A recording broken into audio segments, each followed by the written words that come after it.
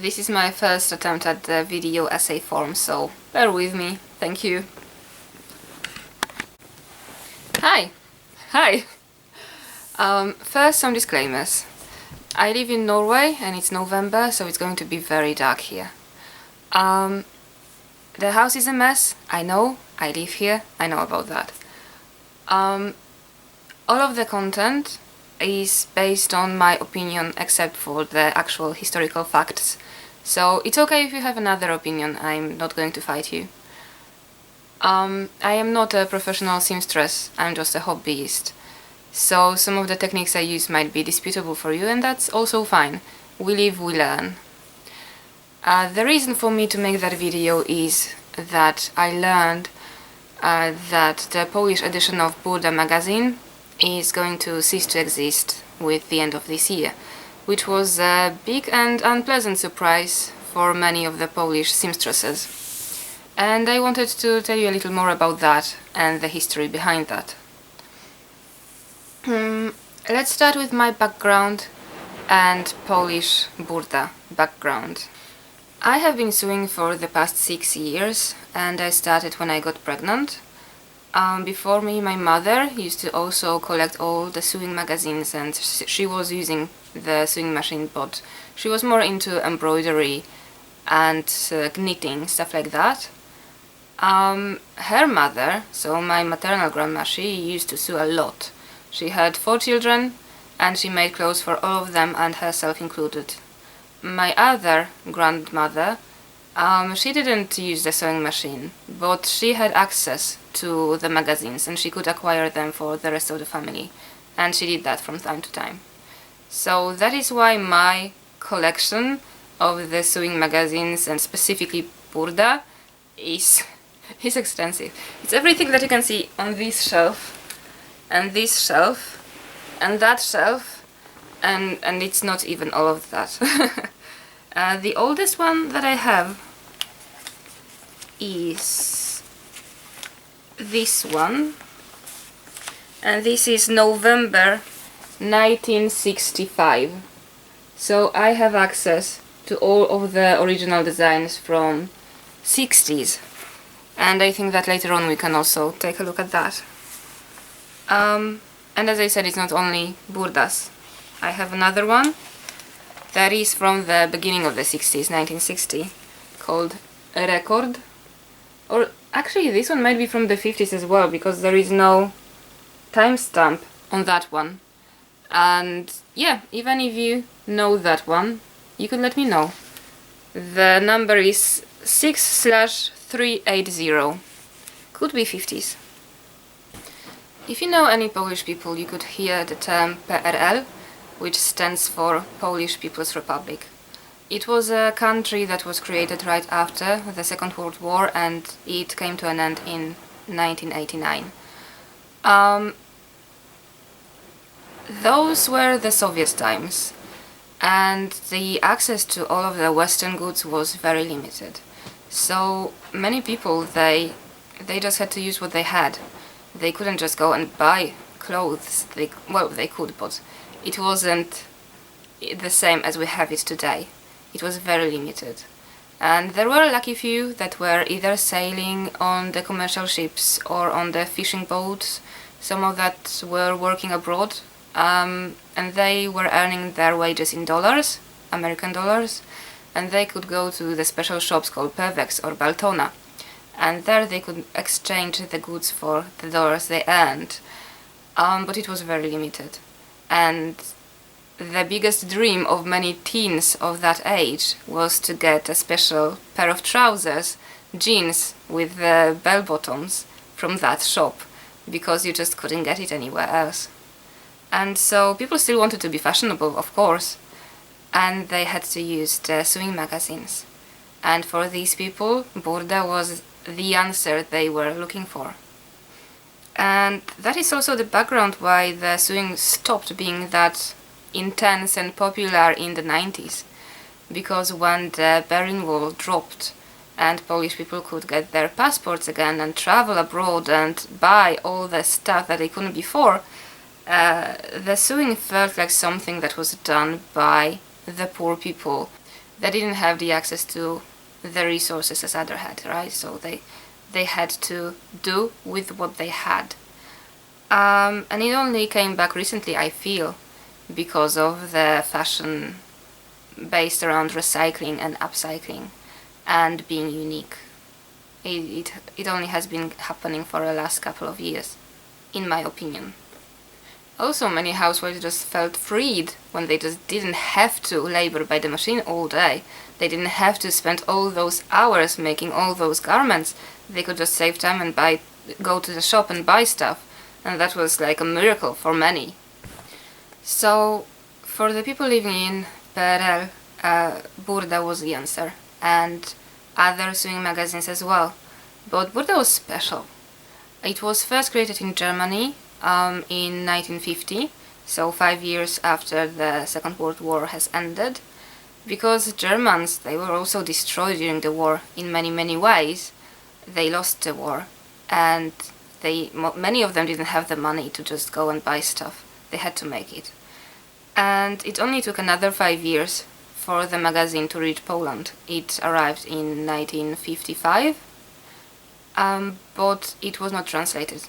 It was all German, so either you knew German and could understand what's written, or you just had to guess your way around it by the photos, or by the pictures, or by your previous sewing experiences.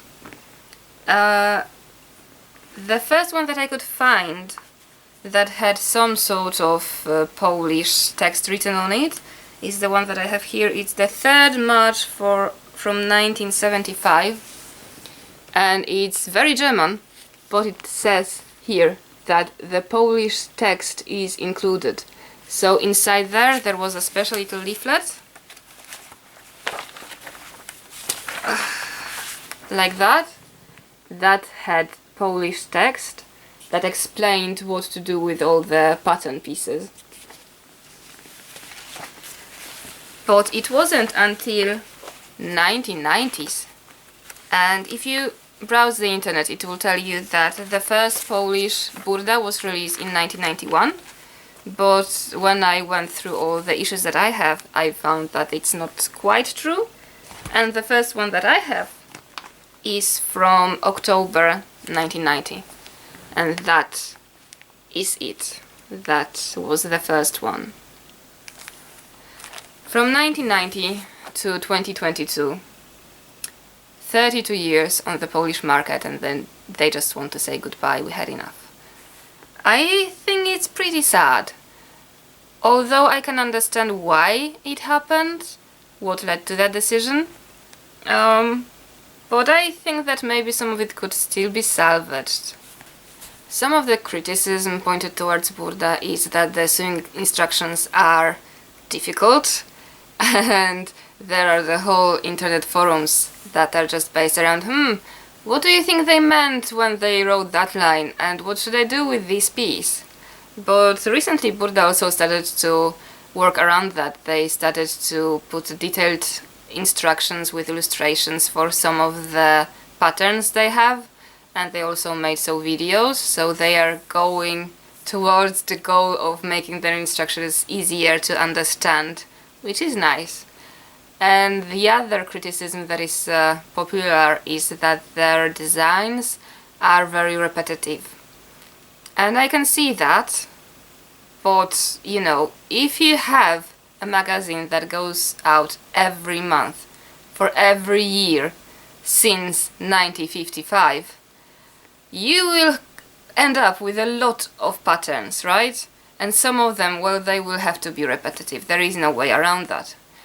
But I think that some of them also is maybe not up to what's fashionable right now. They try.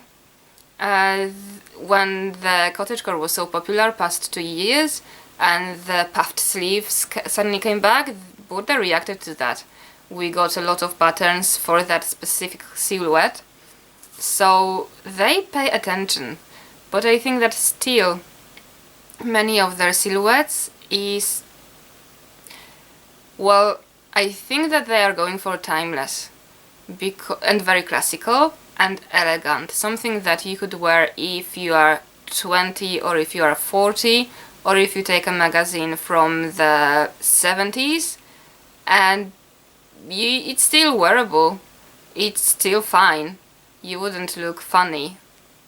I mean, some of the issues from 80s and 90s could be questionable in these days, but most of them, they are pretty classical. And I think that is where the repetitiveness comes from. Because when you think of a classical silhouette, there is only so much you can do with it. It will be the same thing over and over again with just minor adjustments.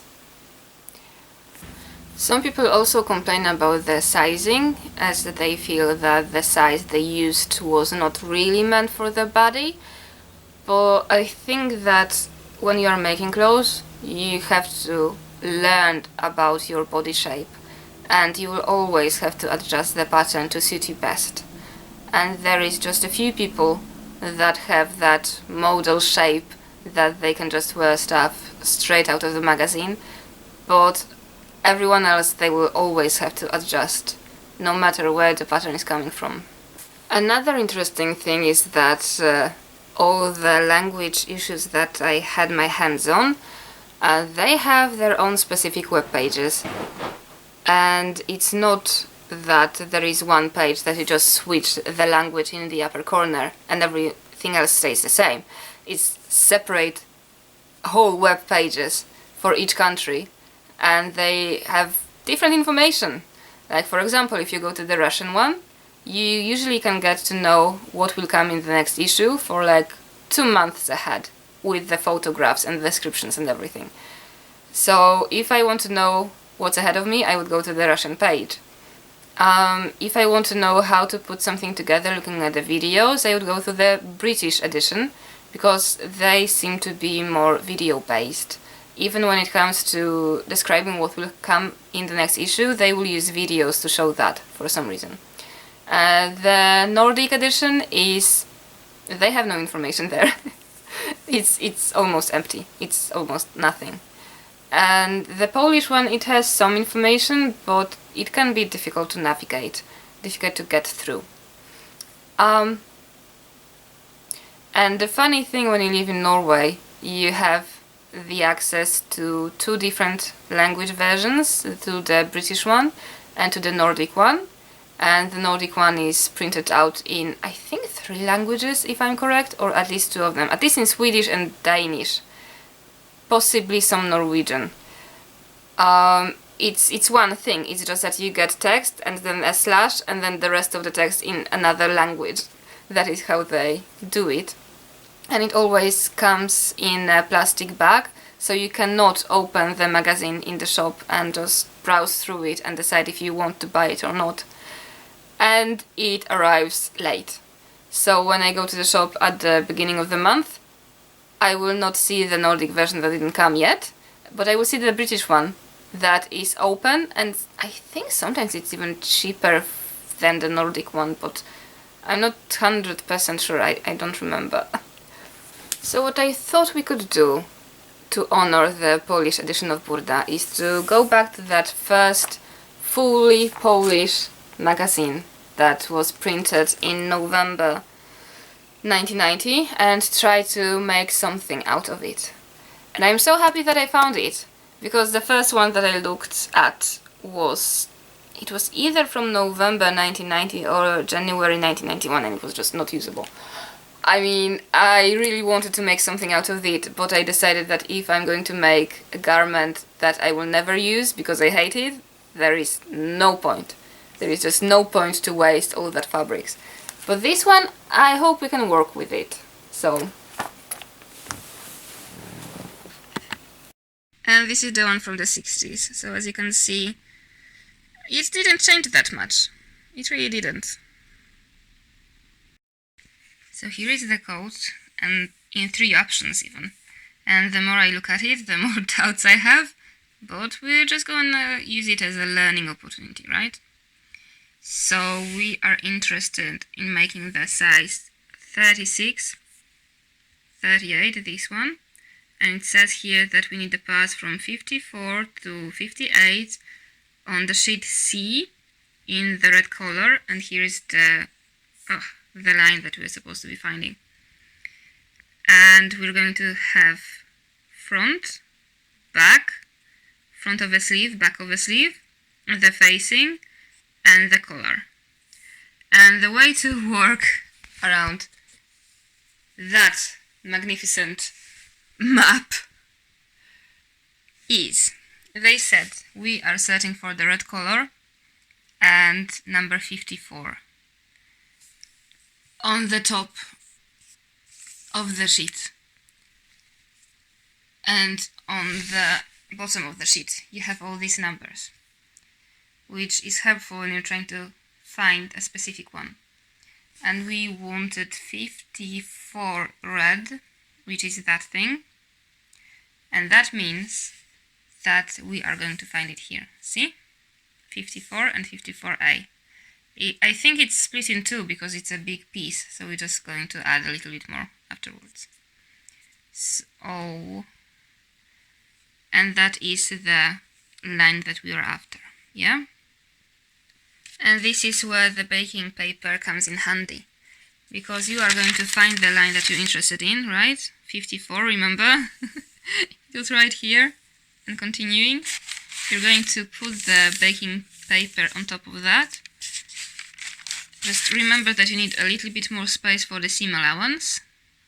And my little trick is that I put two pencils or pens together that way, because they will keep the same distance from each other.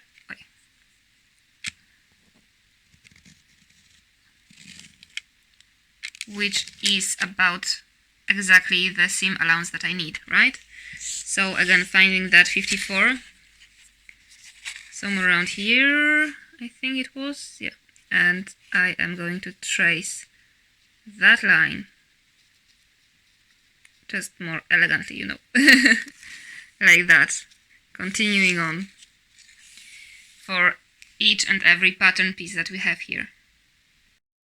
And so, after 2 hours of cutting and piecing and drawing and working with the pattern, we have the pattern ready. And I think it's enough for today. So I gave it some thought, and I will not be making a coat out of that. And firstly, I don't need another coat, and I don't think that coat would be great for me. And the second reason is I found that I have like a lot of frotte fabric, you know, the one that is used for towels and stuff. So I will be using that instead, and I will make myself a bath coat. No. I will make myself a bathrobe, and that is something that I do need. Hello, it's day 2 of our project, and yeah, it will be a bathrobe. This is the fabric I have. I have quite a lot of it. You can see that it has that towel-y structure, but only on one side. If you flip it, it's just plain. So I'm going to cut everything twice and then sew it together. See, I'm just going to lay everything down flat on the fabric and cut it out. Unfortunately, I found out that there are so many tiny holes in the fabric that I was not aware of previously, but now I understand why it was so cheap. But I'm still going to use it, and we will find our way around it. Yeah, I'm in the middle of cutting, and I will not have enough for 2 layers. So I will not be able to layer all the bathrobe with the same material. And I will have to figure out what to do, what's the best solution. I have to think about that. Why I thought that would be easy is beyond me. It's not going to be easy. I mean, it was one day to trace the pattern, and then there was next day to cut everything out of the yellow fabric that I had, and now it's going to be a third day to find another fabric to use as an outer layer. And that's before we even start to sew everything together. I think for the outer layer I can choose between the classic red one or the sparkly navy one. And Yeah, sparkles, sparkles all the way. Hello and welcome on the third day of what I assumed was a one-day project. I cut out all the pieces and this is how I assume they are going to look like. It's not everything, but I think it's almost 20 of them. I think it was 16 or maybe 18, I don't remember. And of course I made some mistakes. When I was cutting the yellow fabric, I cut the body part the right way, but then I started to cut the sleeves and I noticed that, oh no, I cut them the wrong way. They are stretching this way instead of that way. And then when it came to the other fabric, I thought, okay, I have to remember to do it the other way. But now on the outer fabric I have the sleeves that are cut the right way and the body that is cut the wrong way. So it's just so wrong. It can get very lumpy as a result, but I don't know. We just have to wait and see. So now I will have to put everything together in a way that makes most sense, using a bit of a Burda instructions and a bit of my experience.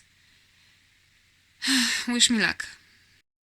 Oh, and I don't have to use the overlock machine to secure the seams or to secure the edges, because all of the edges will be hidden, because everything will be lined. I'm going to start with the sleeves, and because this fabric is a tricky one, I am using those clever little clips to keep everything in place. I could just use pins, but I like this better. This is interesting. My machine doesn't seem to like that fabric at all. And some very strange things are happening here.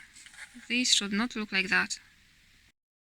This is how far we got today. The inner layer is now done, but I still have to figure out how to add the collar and the outer layer, and how to make sure that the outer layer stays together.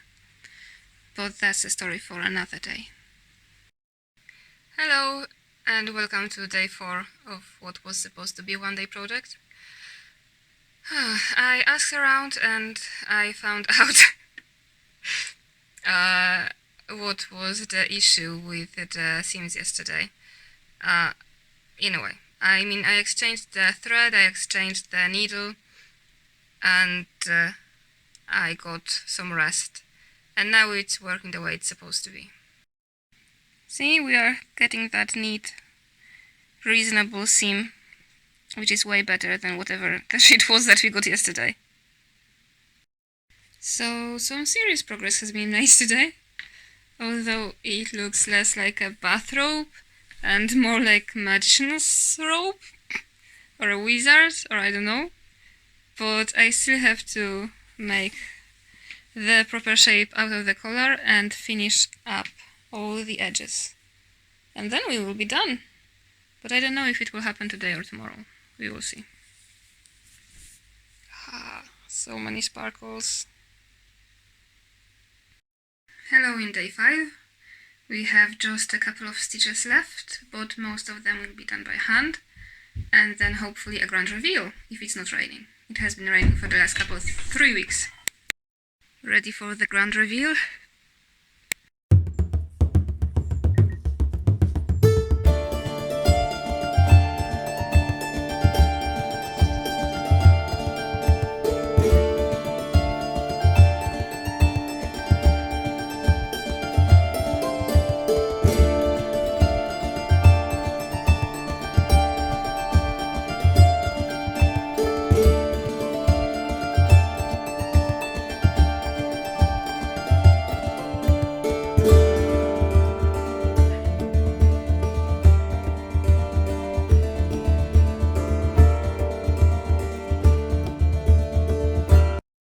Somehow it ended up looking more like a wizard robe than the bathrobe, somehow. Probably because of all of the sparkles, but I don't mind. I don't mind at all. Oh, so it's so heavy? I think it's 4 kilograms maybe? It's very heavy. All in all, I hope I'm going to use it. I'm pretty happy with it. It's outrageous. I mean, it's just crazy. But it's so cool at the same time. And I'm still not sure about that color, if I did it the way I should at the end, but I mean, I'm the only person that's going to use it. I'm not going to send it out to anyone else, or not going to use it on any fashion show or anything, so I'm allowed to make as any mistakes as I want, and that's also cool. See you next time.